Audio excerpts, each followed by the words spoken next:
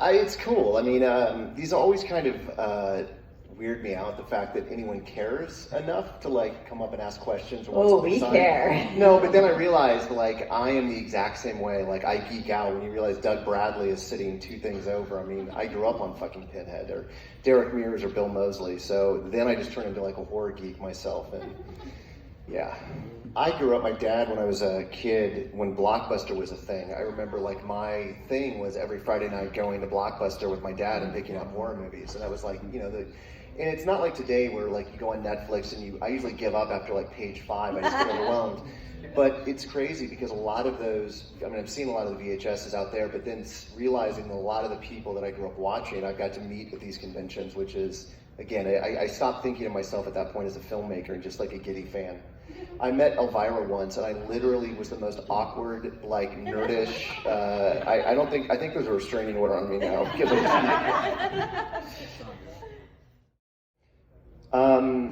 To me, the reason I love horror so much is I was never, you know, I'm probably the classic cliche. I was bad at school. I was bad at sports. And growing up, my heroes were, you know, my friends were like Pete Rose or, you know, whatever. And I'm like Henry Portrait of a Serial Killer, Cannibal Holocaust. You know, so my dad basically let me start watching when I wanted to, like around 9 or 10. So I can remember when Freddy's Nightmares were a thing, when that TV series came on, like I would sneak downstairs and watch it with the volume really low, hoping they wouldn't hear it. I remember that I went in my brother's room when I was like 10, and I found a VHS copy of Cannibal Holocaust, which I regret considerably because it was the one without all the edited animal violence taken out. I remember watching that, and the feeling of being sickened and disgusted and horrified stuck with me. And I think that horror has the ability to imprint itself on you, where comedies or dramas don't. Like, I like Weekend at Bernie's, but I couldn't remember anything about it outside of there's a dead guy who gets moved around. But I can tell you the first time I saw Nightmare on Elm Street or The Exorcist, because it left an imprint on me, an impression on me. And I think that horror has the ability to do that. So it's just been something I've always gravitated to. Yeah, you know, the thing I like about my career is I've done such weird shit that I probably should have been like never allowed to make a movie again, because I went from making 3 very successful horror films to going to do a rock opera with Paris Hilton, to then going to do a Japanese TV series all in Japanese, to doing like The Barons, to then going, and I just got back from the Middle East, I shot an Arabic horror film. And then I did, have you guys ever seen the movie The Game, the Michael Douglas movie, David Fincher? Yeah. I do that. That's my side hustle, and it's becoming my full-time hustle. I do that in real life. I have a company that puts together extreme immersive events where we fuck with your life 24 hours a day, 7 days a week. And it's intense. We basically put you in the middle of a horror movie that you have to sign these insane legal agreements, and we show up to your house, your office, we involve your family. We have off-duty police officers. There's shootouts in streets. And so, you know, jumping from doing that to then I was about to direct a Broadway play when I got offered Spiral, which was crazy because I'd taken a hiatus for like 3 years of making movies. I was just kind of over it. I just like doing different things that are dangerous. And so for me, you know, I wanted to go to Broadway and do a horror show on Broadway. And I was literally in the theater with the producers, and my phone rings, and it's Mark Berg, who is the producer of the Saw films. And he said, "Where are you?" And I said, "I'm in New York." And he says, "You need to come to LA." And I said, "I'm coming to LA." And he goes, "You're meeting with Chris Rock tomorrow." And I was like, "I'm on my way to LA." And so I had to put the Broadway thing on hold and flew in to meet Chris Rock, and now I went back and did that. So it's cool that I've been able to ping pong around doing such just insane things. I want to do a Hallmark movie, like those Lifetime Christmas movies, but I want them to let me do like my version of one of those, and I just want to enrage and piss everyone off. That's just my entire goal in life. So, same. Yeah. So no, I don't know if I could really do something. You know, I'm really into people as horror fans. We always say we want something new, we want something original, we want something different. Until that comes around, and then a lot of times people shy away from it, and they because we like comfort food. We like the Starbucks, even though Starbucks doesn't have the best coffee. I really think that there needs to be a change, which which was kind of like, it started me in this immersive thing, to make movies more immersive, make content more immersive. And what I mean by that is, Steven Soderbergh did it a little bit on this, I think it was HBO that put it out, where basically the audience is able to manipulate the narrative how they see fit. And that's what got me into doing Tension, which is the game thing, is that basically, you know, we're addicted to our phones, we're addicted to Instagram, we're addicted to, you know, Twitter. We're never present. We're always these, even when we're watching a movie at home, we're doing 10 other things. And so to capitalize on that and make the content you're putting out there, the audience have a different way to interact with it. And that's what started me doing this Tension experience, which is that kind of immersive thing in LA. I want to bring that into movies and bring that into, and I'm not talking choose your own adventure. It just as a way to basically connect with the audience and make them feel more connected to the material. So that's what, you know, hopefully I'll be doing next after all this. Now tell me, with this Tension thing, how long do these events last for the participant? The first year we did it, it was 12 months. Basically, we opened up. It was such a cool story, and it's a shame that more people don't know about it, because it's the thing I'm probably, as an artist, most excited about. Basically, we created a website, and the website looked like it was just weird quotes from Anton LaVey or just different serial killers. Or people that have been criminals, and it was weird, and it didn't say what it was, it didn't tell you anything about it. But if you knew enough to look at the source code on the website, if you actually went in and looked at the source code, buried in the source code was a cell phone number, and it said, "Help me, please call." And so we had an actor that for 3 days straight answered the phone 24 hours a day, 7 days a week for those, you know, for that time frame. And if you answered, she gave you an address, and she would say, "Go there now." And then we had actors waiting at this warehouse, off-duty police officers, cameras everywhere, and basically you were presented with an application to fill out. And then I think maybe 10,000 people in total called the number, and then we accepted 500 people, 300 to 500 people of that, and then we vetted those people out to find out if we thought they were risks, if whatever, and then they were emailed basically a waiver to say you can participate in this event. Here's a safe word, here's a way to stop it if it gets too intense. And then we did it for those people over the course of a year, and it took place all around Los Angeles. And then we ended it in September. So from September to November, we opened up a 60,000 square foot warehouse that anyone can buy a ticket for. And it lasted 3 hours. That part of it lasted 3 hours. We had 70 actors. And it's not a haunted house. There was no jump scares. No one wore masks and jumped out at you. It was like Westworld. You basically walked in, and however you decided to interact would dictate where you went. And I did that for 4 years in a row. We did that one called Tension. We did one called Lust, which if you guys have seen Eyes Wide Shut, you basically get an invitation to a sex party. And it was intense. I mean, full, it was, probably today I would have been canceled for doing it, but it was a full-on, like you walk into a sex party and there's a murder, and you have to try to figure out who did it. And you're going through all of these different rooms, interacting with people. And then we've done it every year since. Every other year or so, we've done a big immersive thing. There is literally no way to describe it. Sarah, are you in here? So Sarah went to one of them. I don't know how to describe all of that. Yeah, I mean, they're no way to. I'll say this, you're not going to believe it, and you're going to think that it's tears. I mean, people walk out crying because it's not scary. We're not scaring you. We're making you do really, I'll give you an example of one of the things. So one of the things are, you get brought into a room and there's strobe lights going off, and the whole room is painted dark red.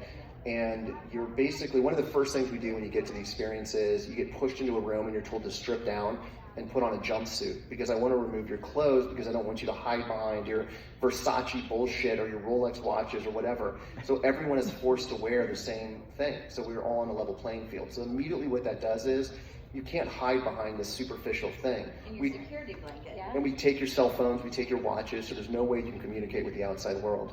So now you're pushed through, and you're put into a room where you're forced to basically stand with a stranger.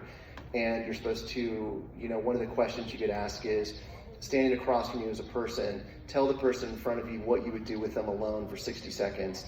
Tell the person what you don't like about their appearance. So they're very personal things you're sharing. And it breaks people down because we're not used to that. We're not used to being present. I mean, I went to a bar the other day, and it was kind of disgusting. It was like everyone was on their cell phones, on Tinder, and all this other shit. And there's beautiful people on both the right and left of you, but it's a security thing. We feel safer on our phones than we do, whatever. So I think that these experiences force you to be present. So it's, for me, I just love it because it's not passive entertainment. You go see Spiral, it's passive. You're sitting at a screen, you're watching it. When you go to immersive, you're forced to interact, you're forced to talk, you're forced to have human interaction. And I think that's become lost with this age of technology. And now it's cool, we've actually been hired to do private events. So we did like Neil Patrick Harris's birthday party. So his husband called us and said, you have 48 hours, we want to put this thing together. So for 48 hours, Neil had no idea who was in on it and who wasn't. And we had 60 plus actors that were interacting with him, and it was awesome. Like, he went to the gym, and I hired like 30 actors to go to Equinox and surround him, and he had no idea. And so like they're all on the treadmill next to Neil, and then at the exact moment they all turn and look at Neil at the same time. My favorite was we had it where he got a massage that afternoon, and when he's face down, we changed the masseuse out. He didn't know it. So he's getting this massage, and the masseuse, he turns over, and it's just huge dude. And he hands him a card, and it said, you have 30 minutes to get to this address. Your family's in danger. And so, like, it's just this crazy real world scavenger hunt. So when I'm not directing, then I'm doing that. No, I got to know, piggybacking off of that, have you been to the Saw escape room in Vegas? I did. How is it? Because I haven't been, want to go. In your opinion, how is it? It's great. Well, I'm very biased because it's mainly Saw 2, 3, and 4 traps. So they did it on those 3. And it was like realistic. It was really fun. Yeah, it definitely. I'm terrible at anything like that. I'm terrible at escape rooms. Oh, me too. I never escape. Yeah, so the guy actually came out and shook his head. She said, you're a disappointment. I was like, thank you. I hear that a lot from my wife. No, so it was really cool though. I mean, they put a lot of detail into it, and it, there's an authenticity because it's got Tobin's voice. A lot of times I've been to Saw haunted houses, and it's like really shitty puppets that look nothing like the real doll and bad Tobin impersonations. They went the extra mile on this for sure. Now, you talked that you were in the process of doing horror on Broadway when Spiral came about. Did you ever get that chance to do your Broadway horror? You still want to do it? Is it still going to happen someday? Do we know? No. I actually I definitely made the right choice because that show that I was going to direct was shut down by the pandemic. So when I did Spiral, it was right before the pandemic hit. And so that entire production closed down. So I ended up making the right choice. But I will definitely do something this year on Halloween. So if you guys are ever in Los Angeles, I highly recommend Follow the Tension Experience. We will definitely do a horror-based, because I went and saw a show a couple weeks ago called 222 in LA, and it's a ghost story horror show. And it's just not scary. It's just, I want to do something live that has the same kind of scares that you would see, at a movie. And I think that, look at Terrifier 2. That is balls to the wall, 2.5 hour gore fest, just ridiculousness. I want to do that live with people. And there's been a couple. I think there was an Evil Dead one that I saw that had like the kind of gross out stuff. But I want to do the gross out with the actual scares and I'm really into magic. So using like real life magic techniques, things like that. So things are happening around you, not just at you. Yeah, and I'll tell you, I have a very insane path that, again, would get me canceled, fired, or blackballed from Hollywood. So I'll tell it to you, it would never work today. But I do like my story, and I think that what's cool about, the entertainment industry is you have to be creative if you want to make it. I'm not talented. I guarantee 90% of you are better filmmakers than I am. The difference is that I had the creativity and tenacity to get back up after being knocked down 100 times. I went to film school with people that were 1,000,000 times better filmmakers than I were, better writers. But getting to LA is like being kicked in the balls repeatedly, and it hurts. So I think a lot of these people get kicked in the balls 80 times, and they're like, fuck that, I'm out. And I guess I'm a masochist, and I like getting kicked in the balls. And so that 99th time becomes Saw 2. For me, I lied. That's how I did it. I lied, I manipulated, and then I made it true. So I was in LA, and I've told this story a bunch, so I'll give you the quick version, but I was in LA. I directed some really bad short films, really terrible. And I thought that they were awesome, and I thought that, I was gonna walk in there and I was gonna have the keys to Hollywood. And you're smacked down to reality that you're not special. Everyone in Hollywood wants to be an actor, a producer, a writer. So I get a PA job, and I was bad at it because I was bitter. So my first job was X-Files. I was in the final season of X-Files, and I got fired. It was when Robert Patrick was on it, and he fired me himself because I fell asleep when I was supposed to be locking down a set. And when you lock down a set, my job is to make sure no one walks into the set. I was taking a nap, and a homeless guy walked in and stood there, and Robert Patrick's like, "Who's supposed to be locking down this set?" And there's me in the corner, snoozing. And so I got fired very abrasively there. And then my next job was on a movie called Van Wilder. I was Tara Reid's assistant, and I got fired from that. She refused to learn my name. She called me Devin, Daryl, Derek, and I was like, "It's fucking Darren. It's not hard to say." And then I got fired. And just time after time I was getting fired, and I was getting more and more angry and desperate. My money was running out. And I started writing a script called The Desperate, and it was like a very exaggerated version about what I would do out of my desperation. And so I wrote this movie about these people in a house, and each one of the people were desperate, and they willingly participated in this event. And when I was writing it, I'd never written anything before. I didn't really know how to finish the script. But at this point, I started working in an agency as an assistant. And I realized that assistants control Hollywood, not the producers, not the agents, it's the assistants, because we are the front line to get to anyone. So an assistant gets a script and they read it, and if they like it, they then give it to the agent or manager. So I was like, you know what, I'm in a position now where I actually control things. So I wrote fake coverage on my script. Coverage is what you write to give to your agent, to say, hey, read this, here's 3 pages of what it is. So I wrote fake coverage on my script, The Desperate, and I said, oh my God, the script's fucking amazing, this writer's insane. And I called a couple of friends at other agencies and said, do me a favor, help me get this thing sold. And so I made up a fake agent and management company for myself with a fake voicemail. And I changed the title page on the script to have a fake name, James Luther. And this coverage entered the studio system. And a bidding war started on The Desperate before I even finished it. And I remember I got a phone call from Twisted Pictures and said, we've heard about this script called The Desperate, we'd really like to read it. And I was like, holy shit, I haven't finished this thing. So that gave me the motivation to finish the script. And so I finished the script, it gets to Twisted Pictures, they love it, which is awesome, that fake it till you make it. And then they wanted to make it as its own movie called The Desperate.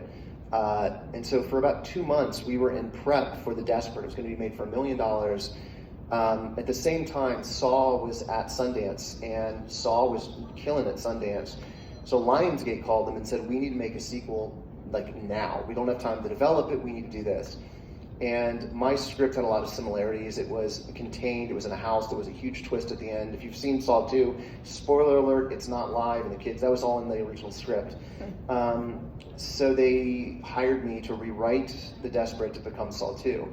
Now here's my second lie, that I had to go meet with Lionsgate, and I made a proclamation that I would not give them the script unless I could direct it.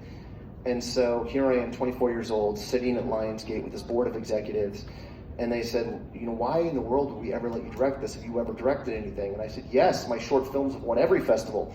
And they said, so you directed short films? And I said, I've directed many horror short films. And this guy, Pete Block, goes, great, we need to see one of these horror short films. Oh. So I called my parents, this was on a Thursday, and I called my parents, and I was like, guys, I need money now. And they're like, what the fuck? And I was like, just please. So my parents send $10,000 to me, they wire $10,000, and I go out and I rent a camera and a grip truck. And this is the best part, we shot it on Friday, but this was film, we shot it on Super 16. Me, not knowing shit about filmmaking, accidentally exposed the film and ruined it. So we had to reshoot it that next day. So now it's on Sunday. We shoot this 3-minute short film in my office. And that short film is on Saw 2. You can actually see it on there. And I quickly edit it together, and I drop it off at Lionsgate and tell them this is the one that's won all these awards. And I was on a plane 2 weeks later in Toronto.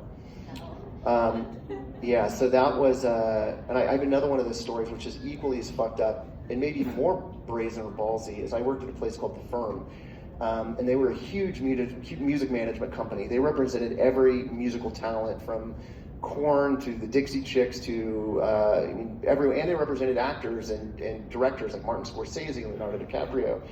I was a tape room operator, which meant my job was to dub videotapes. That's it.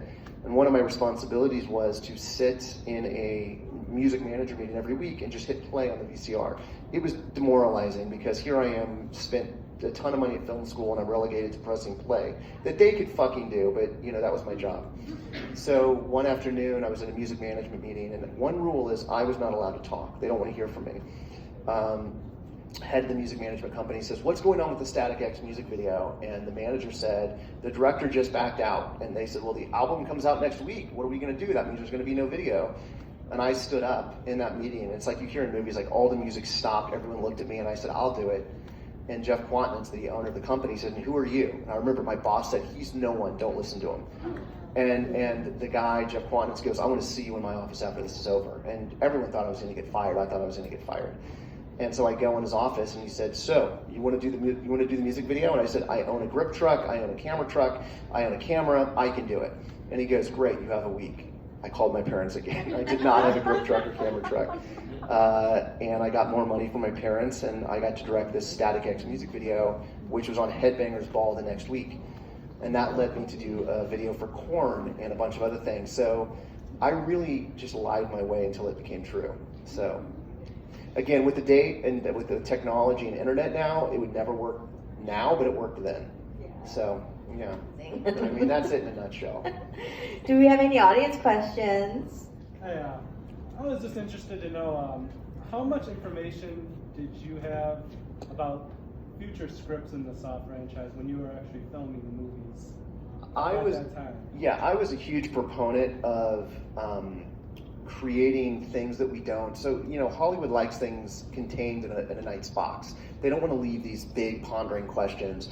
And I always would fight to put those big things out there, put threads out there that didn't make sense, knowing that if Saw 2 was successful, there would be a Saw 3 and a Saw 4 onwards. So there was a lot of ideas that we would throw out there with the intention of solving them later. Names, places, things in the background. So we would do that. I knew when I made Saw 3 what I wanted Saw 4 to be. I knew that I wanted to have the dual parallel storylines. So we did that. Coming back on Spiral, we came up with a multiple storyline idea, knowing that if Spiral, there's a sequel to it, we've already layered in with the first, through the first one. I can't answer that after Saw 4, but I know that every time we were in it, that was a huge discussion thing for us, is if there's another movie, what have we layered in these films that we can pay off?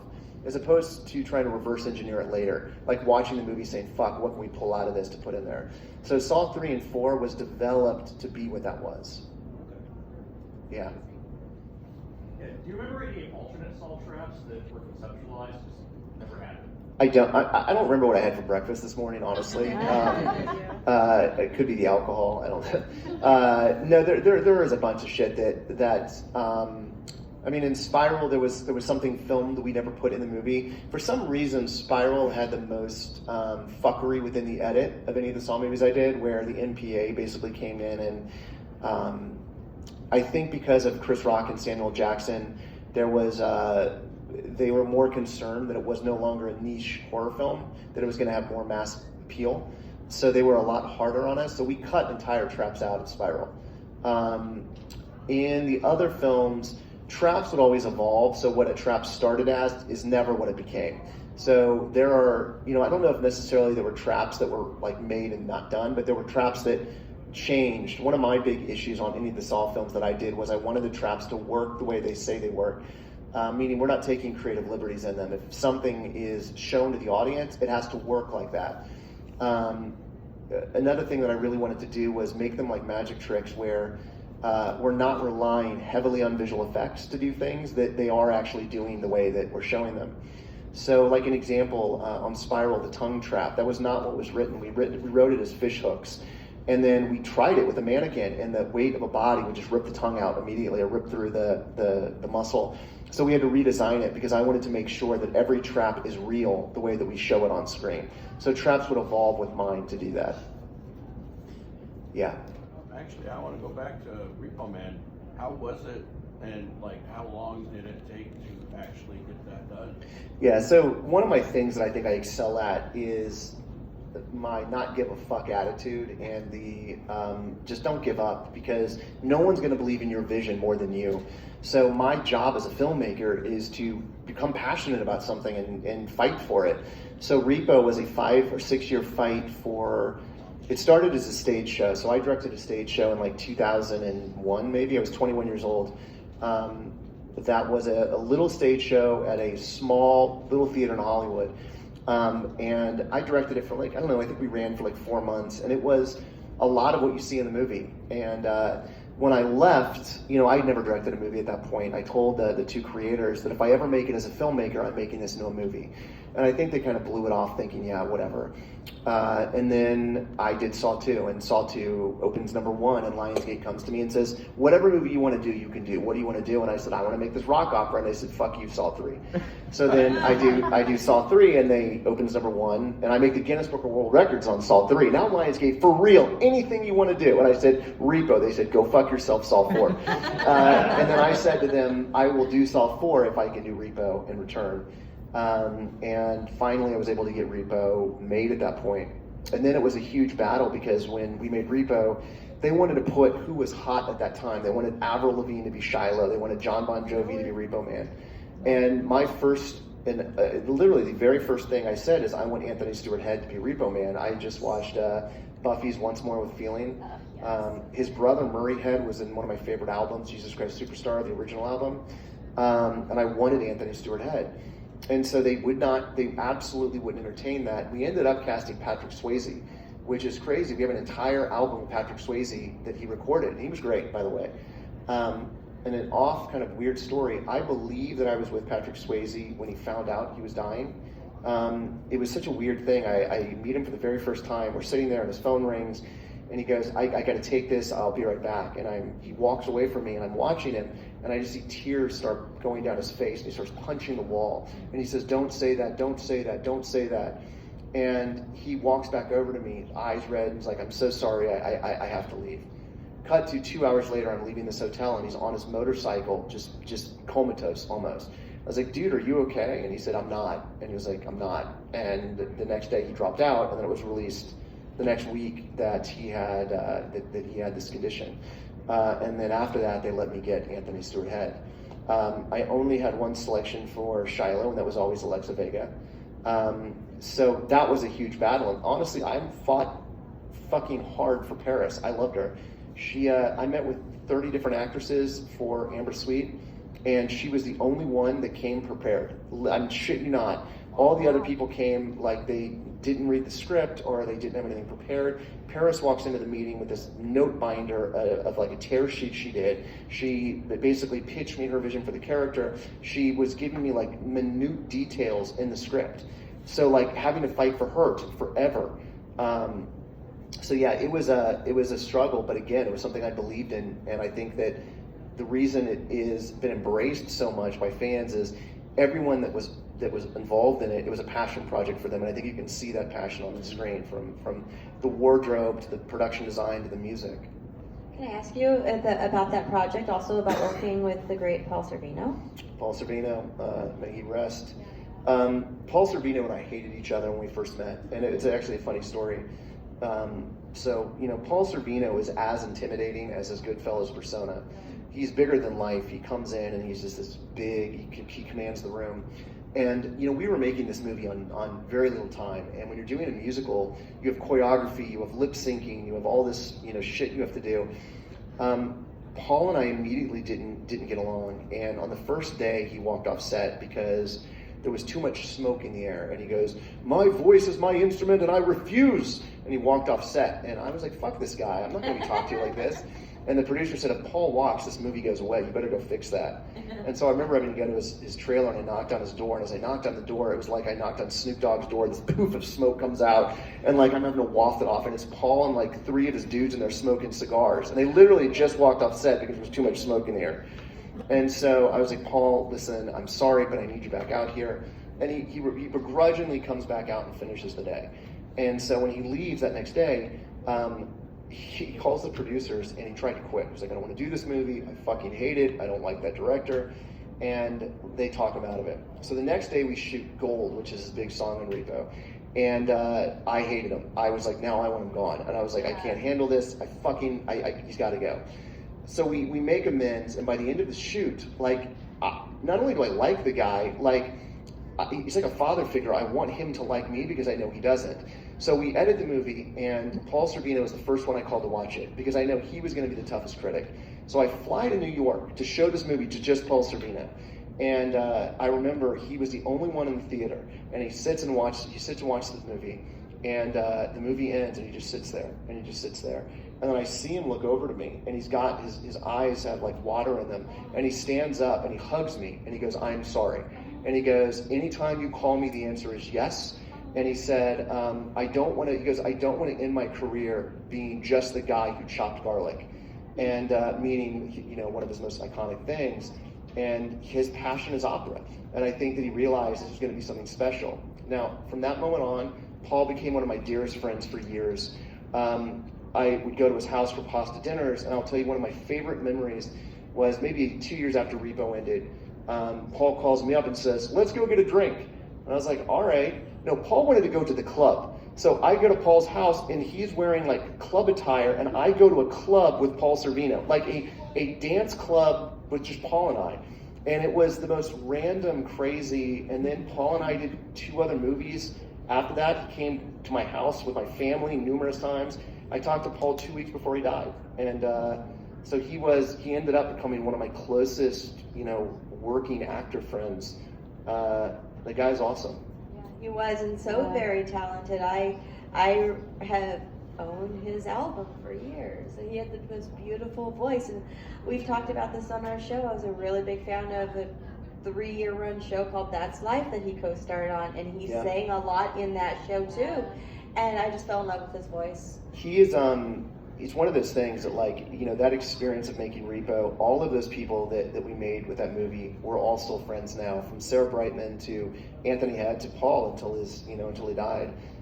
It was kind of like this weird summer camp that we were just living in this make-believe world doing, you know, crazy shit.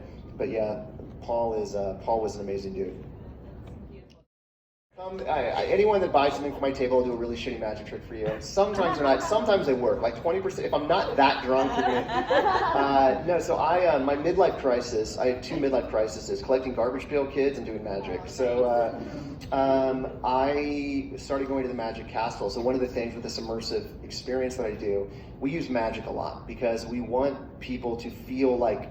We want to feel like they're in a movie, and so we don't want them to ever feel like there are visual effects going on around them. It looks real, like everything we're doing looks real, so I hired magicians. And then I became in that magic circle, and then I became friends with some of the most insane people in the magic world. In fact, I'm working right now on a show with Penn Jillette of Penn & Teller. I got to go backstage and meet Copperfield, and it's just like, next thing I knew, I'm surrounded in this, and I started just picking up, because if you're with these people, I want to know what they're talking about. So I started teaching myself tricks, and one of my unhealthy obsessions right now is I buy these really expensive magic tricks that have been built for me, and they're all horror-based. So I found this manufacturer so if you go to my house now, all around my office are things that look just like old archaic things, but they're all magic. So if someone says, "What is that weird fucking thing there?" I can turn that into a magic trick, because to me, if I have a deck of cards, you know you're about to see a magic trick, and you know he's gonna fucking lose a card. Or play poker. Or play poker. Or fuck the magic trick up, is usually what happens to me, but you know you're about to see a magic trick. Versus if you're in an office and you're like, "What is that weird thing?" It's more magical because I can do something with you're not expecting. So yes, I do love magic. Yes, I will do bad magic at my table when you any other questions from the audience? I'm talking a bunch of nonsense. Yeah. When Spiral got delayed, like, what were those discussions like on what to do next? Me crying in a bathtub full of scotch in my tears. You know, it sucks for me because Spiral is something I was insanely proud of, and I think that if the circumstances were different, it would have been a much different experience. But we finished Spiral, so I'm a huge conspiracy theorist. Aliens, any sort of Illuminati shit, I could talk for hours. I was, you know, I would say 20% of my day is on conspiratorial sites. So this is not an exaggeration. So I was reading about COVID months and months and months before it ever was mainstream news. And I was this is not an exaggeration, I was in Toronto and I was having N95 masks shipped back to my house. My wife was like, "You're fucking crazy, isn't that a fucking virus?" I remember her mom called me one day and said, "When I was shooting Spiral, you were insane. Stop this nonsense." My point to this is that as Spiral was going on and as we were mixing it, I'm like, guys, what are we going to do about our release date? There's going to be a pandemic. And I remember Mark Berg saying, "Fucking pandemic, do you hear yourself?" Like they were saying that shit to me. Cut to, we literally got out of Toronto, and 1 week later they shut airspace down between Toronto and US, and then the film was delayed, whatever, I don't know how long it was, a year plus, but what sucked about it was, it's like, you get one chance to excite an audience. You show that original trailer, you build hype, you build momentum, and then you release the movie. Well, they started putting out posters and trailers and all this other shit, and then they're like, "Yeah, just joking, wait 19 more months." And then by the time they re-released everything, it felt like, "Oh wait, we've already seen that. We already have the novelty of Chris Rock and Sam Jackson. We get it." So it sucked. So I wasn't joking about the bathtub of vodka and scotch in my tears. It sucked because you're sitting on this movie that you're really proud of and you want people to see it. And then when it finally comes out, it feels like, wait, didn't you already see that trailer like a year plus ago? So it's, it sucked. It was awesome to do the movie, but no one wants to sit. But listen, there was bigger things going on in the world. There was a fucking global pandemic. So, But I think also, the pandemic taught us a lot. It taught us that entertainment was very, very important. Because all we had all of a sudden was movies and TV shows and live streaming events. Do you know what's funny? There was a medical thing put out, or a paper at the University of Chicago that said that horror fans were more easily adaptable to the pandemic than people that were not horror fans. Because we know what to do. Well, that's just it, is that we put ourselves in these situations and we think, what would we do in this situation? So, we've been preparing for the zombie apocalypse for I don't know how long, and it's happening, so. It was literally like, I've been training for this my whole life. I'm ready. I'm a recluse and I just sit in my house, so it didn't really affect me much. Not much changed in my life. I made a movie. You know what's crazy though? I made a movie. I have a new movie coming out. I'm really excited about, with Jeremy Irons and Tobin Bell. And we shot it in the Middle East, Prague, Italy, and Ireland during the pandemic, and we did not have a single case of COVID. Cut to, I come back home for 1 week and I catch it in LA. So not a single case on the movie, but then I get it when I come home. Yeah. What's some of your favorite saw traps? I think the simpler they are, the better they are for me. The needle pit, because it's so simplistic, it's just needles. You don't have to have an engineering degree, which Jigsaw did. But I think that one was great. I love the box one that also from Saw 2, where Addison gets her hands trapped in the box. I think that's great. To me, when Saul started using laser beams and shit like that, I was just like, no. One of the original ideas for Spiral, which again kind of got killed as we went into pre-production, was we wanted it to be, I did not want to use the engineering idea. I wanted the traps to be more, S&M. I wanted it to be it's a younger guy doing it. I wanted it to be more BDSM and leather and not have the whole engineering thing and have it be much more simplistic. I won on some of them, not on others. But a fun thing is, if you go back and rewatch Spiral, a lot of the pieces we used came from sex stores because part of that's still maintained. So if you look at some of the connecting things and whatever, they actually come from weird sex things. Little fun fact that I slipped in there. So this other trick you were telling me about a little earlier, you said it was like Copperfield-ish or something? That's magic. No, it's really bad, I promise you. It'll just make you sad. The last one you did, you signed my one picture that you grabbed and you wrote on there, "David, I fucking hate you."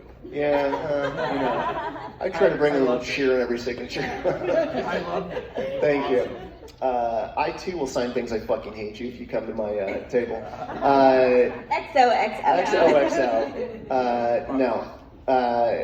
I really do though. I think the next thing, I'm so into magic that I'm working right now, and one of the things I'm excited about that I didn't realize is that a lot of these famous magicians that you see and know are not the guys that create the tricks. There's a guy behind the guy that create all the illusions, and they're just the performers. They teach it to them and they go out and perform. I'm working right now with David Blaine and Copperfield's Tick Creator on this new thing that we're doing that has a horror spin to it. There used to be something in Paris in the 20s before that called the Grand Guignol Theater, where they would basically do killings on stage, and they would use tools and tricks to do it. And people would pass out in the theater because they would not know how they were doing it. We're working on something that will do kind of that is using magic to basically make things look real in front of you, as opposed to using visual effects and special effects. And to me, there's something much more horrific about that if you're right there and you're watching it happen, as opposed to knowing that I've edited it together over months and have visual effects for moving blood rigs. So we're going to do something really sick and sinister with magic as the base of it, to do it in real life. It is delightful. It's great. By the way, we have someone at this convention right now, a vendor that you need to meet. He's a magician. Oh, really? We call him Magic Joe, and we'll bring him to you. Don't. I mean, prepare to be underwhelmed considerably.